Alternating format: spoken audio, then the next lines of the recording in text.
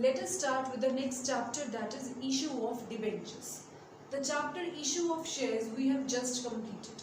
You have done the accounting treatment, that what entries we have to pass when shares are issued at premium or par, or the accounting treatment in case of oversubscription and forfeiture, their reissues, everything you have done.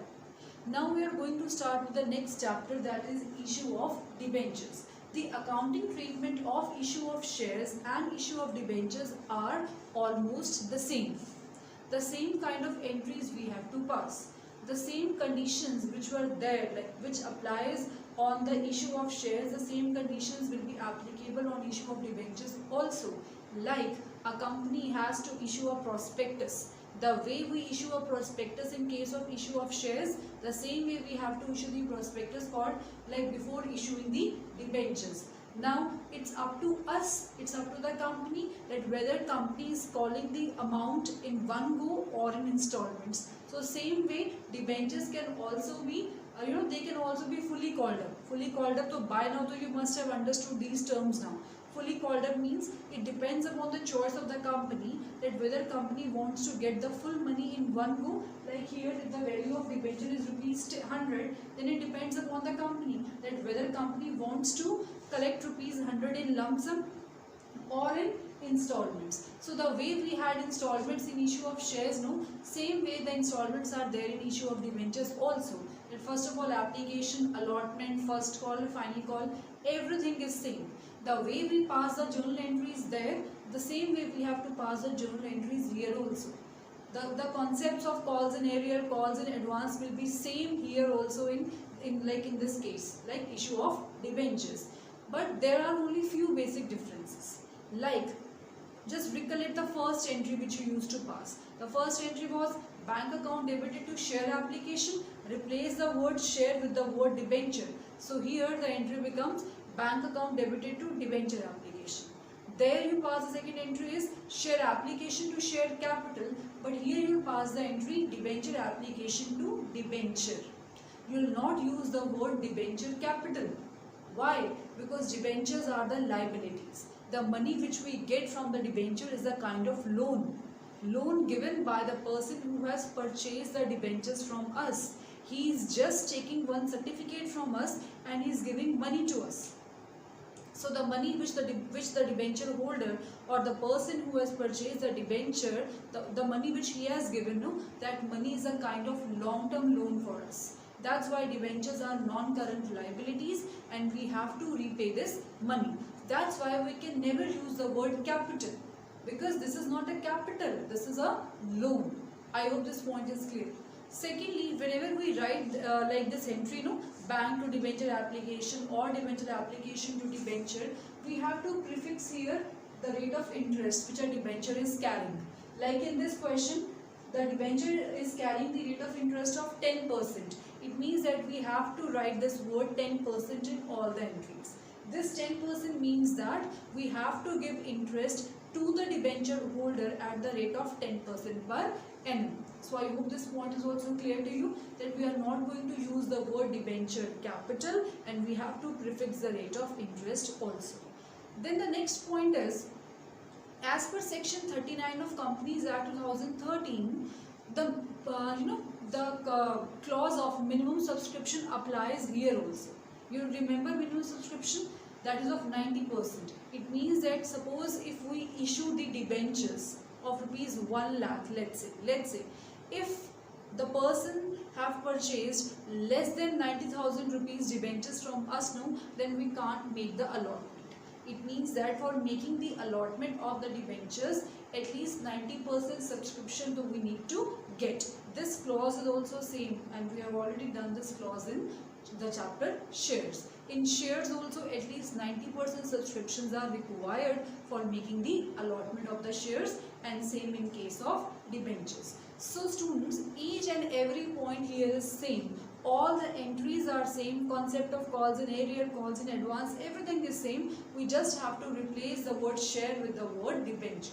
So now what are we going to do in this chapter? We are going to pass the entries when debentures are issued at par, when debentures are issued at premium, and when debentures are issued at discount also. is again one important point of distinction between shares and debentures. You recollect, I'll tell you this thing, that shares were never issued at discount, but we generally issue debentures at discount also. Secondly, shares can be forfeited, debentures can't be forfeited. Got it? Why? Because debenture is a kind of loan. No, the lender can't refuse that I am not going to give you the payment. He is lending us. Fine we like suppose अगर वो हमें money land करते हैं तो वो lenders बनते हैं, तो वो ऐसे नहीं कर सकते जैसे बाकी लोग कर सकते हैं जो शेयर्स बाय करते हैं. जो शेयर्स बाय करते हैं वो ओनर बनते हैं. They may refuse but a lender can't refuse. That's why we can cancel the shares but we can't cancel the debentures. That's why there is no concept of forfeiture or oversubscription or anything in case of debentures. Debentures can't be oversubscribed. You think on your own. If you have issued debentures of rupees 1 lakh, can any lender say to you this thing? No, I am interested in giving you loan of rupees 1,50,000. ऐसा तो नहीं हो सकता. Suppose you went to bank and you asked for a loan of rupees 1 lakh. Can bank say you this thing? We can give you loan of rupees 2 lakh, not of rupees 1 lakh. So the concept of oversubscription and forfeiture is not applicable in case of debentures. It's only that debentures are issued at par, premium or discount, and debentures are loan. So obviously the lender can't be ready to give you more loan than what you have asked for, because the debenture holder has to take money from you back. आपको पता है कि first of all we are going to make payment to debenture holder then to share holders. You know this thing, this is the hierarchy, because debentures are the outside liabilities. So first of all, whenever the company dissolves, you have done this thing in partnership also, that whenever a business firm dissolves, first of all we are going to make payment to the outside liabilities. तो एक जो आपका जो एक lender है, lender आपको कैसे कह सकता है ये चीज़ कि आप 1 लाख का लोन आप लेना चाहते हो, तो no, I give you loan of rupees 1,50,000. So there is no question of oversubscription at all. And secondly, if lender is giving money to us in installments, why will he say no, that I am not going to make you the payment when he or that I am not ready to give you the further loan? The reason is, suppose आपने ये बोला, let me make it a little precise. Suppose you asked or like suppose you have issued debentures of rupees 1 lakh only. अब जिस person ने आपके debentures purchase की, that person is saying that I can give you the same rupees 1 lakh but in installments. Fine. And debenture holder knows this thing very well also, that if he is giving loan to us, no, his loan is secured, because we always mortgage our fixed assets with the debenture holders. So obviously he'll know, like he will not say no. वो 1 लाख में से आपको 40,000 rupees पे करने के बाद ये नहीं बोलेंगे कि rest 60,000 I am not going to pay you, because they know that surely he is going to get the money back. And suppose if I or the company says becomes bad debts later on, then obviously the debenture holder can sell off the assets of the company and can recover his amount, so he is fully secured. So that's why there is no question of forfeiture, there is no question of oversubscription. It's only what we have to do in this chapter: issue the entries which we have to pass in case debentures are issued at par or premium, discount when debentures are issued for consideration other than cash, or the entries of interest on debentures, entries when debentures are issued as collateral securities, and many more topics. So these many things we are going to do. So I hope something is clear to you by now, that basic difference between share and debentures. So now let's start with the first question. Question is on the board, so just read it. Question is, Rose Limited issued 10,000 10% debentures of rupees 100 each, and the installments are 10 rupees application, 20 rupees allotment, 30 rupees first call, and 40 rupees final call. Now read further. Arun, having 500 debentures, failed to pay the allotment. He pays this amount with the first call, and Dinesh, who holds 800 shares, 800 debentures, paid all the calls in advance with the allotment. So now we have to pass the entry. As I told you, the entries are all same. So remember what entry like we passed or we were passing in case of issue of shares. The first entry was bank account debited to share application. Now here we have to use the word debentures in case of shares. So write bank account debited to debenture application account. Now as I told you that I have to write this thing, rate of interest, I have to prefix, so it's mandatory. Right here 10% debenture application account. How many debentures we issued? 10,000 debentures, application of rupees 10, so it becomes 1 lakh. Next entry is debenture 10% debenture application debited to 10% debenture. We are not going to use the word debenture capital here because debenture is a loan. It's not a capital. Ultimately this money has to be refunded. So 10% debenture to 10% debenture application, 1 lakh and 1 lakh. Next entry is 10% debenture allotment account will be debited to 10% debenture. This entry is of allotment due. It means that now we are sending a notice to the lender or the debenture holder to kindly give us the next installment, that is allotment. Got it? So 10,000 debentures were issued. So 10,000 into 20 is 2 lakh. So it means that now we are informing the debenture holders to kindly pay us the next installment of rupees 2 lakh. After we inform them, the next entry is of receiving the allotment from them. So entry will be bank account debited to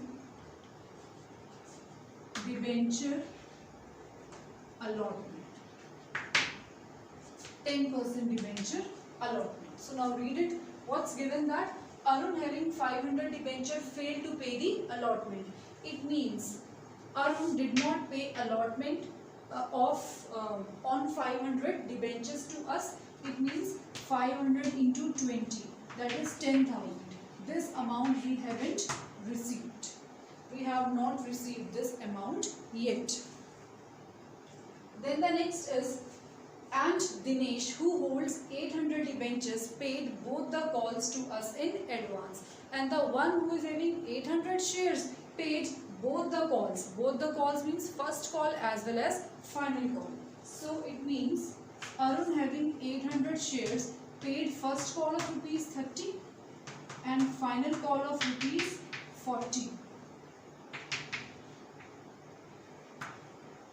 So it means total 56,000 rupees Dinesh has paid to us in advance. So we have to write here 2 calls in advance. So now how to calculate the amount? Check. 2 lakh was the amount due on allotment.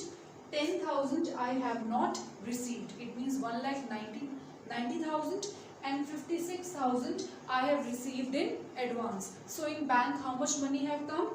2 lakh minus 10,000 is 1 lakh 90,000 plus 56,000 has been received in advance. So total becomes bank 2 lakh 46,000. 1 lakh 90,000 we have to receive on allotment and 56,000 is our calls in advance. So I hope this point is clear to all. Just have a look. Now pass the next entry.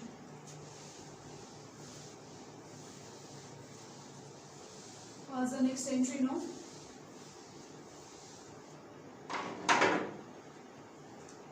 Next entry is of first call due. So 10% debentures first call account debited to 10% debentures. 10,000 debentures we issued. First call is of rupees 30. So it is 3 lakh. Next entry, bank account will be debited. Now see, a person having 800 shares, that is Dinesh, he paid first call with the allotment itself. It means out of 3 lakh due, 24,000 we have already received. So here calls in advance will be debited to debenture 10% debenture first call. Out of 3 lakh, 24,000 we have already received. So check how much money has come into the bank. Then 2,76,000 actually have come into the bank. I hope this point is also clear to all. Now pass the next entry.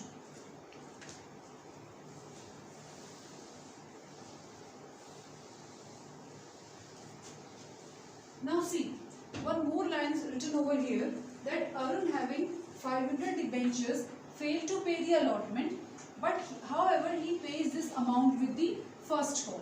It means this 10,000 which Arun could not pay us during allotment, he paid this amount to us with first call. It means now we should pass one more entry here, that is bank account debited to debenture 10% debenture allotment account. 10,000, 10,000. Now pass the entry for the final call, that is 10% debentures final call account debited to 10% debentures. 10,000 will be multiplied with 40, that is 4 lakh.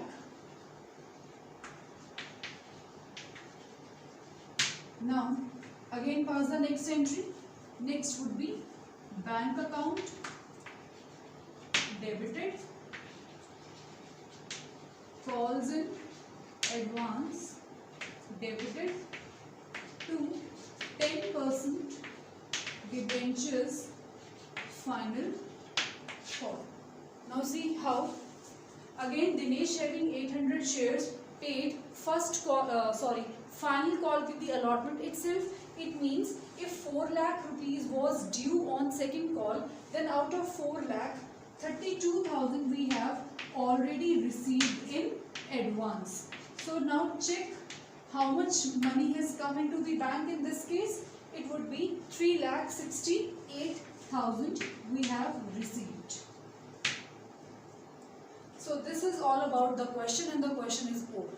So I hope now this point is clear that how we have to go about it. More or less all the concepts are same here, only slight difference is there. So keep on practicing.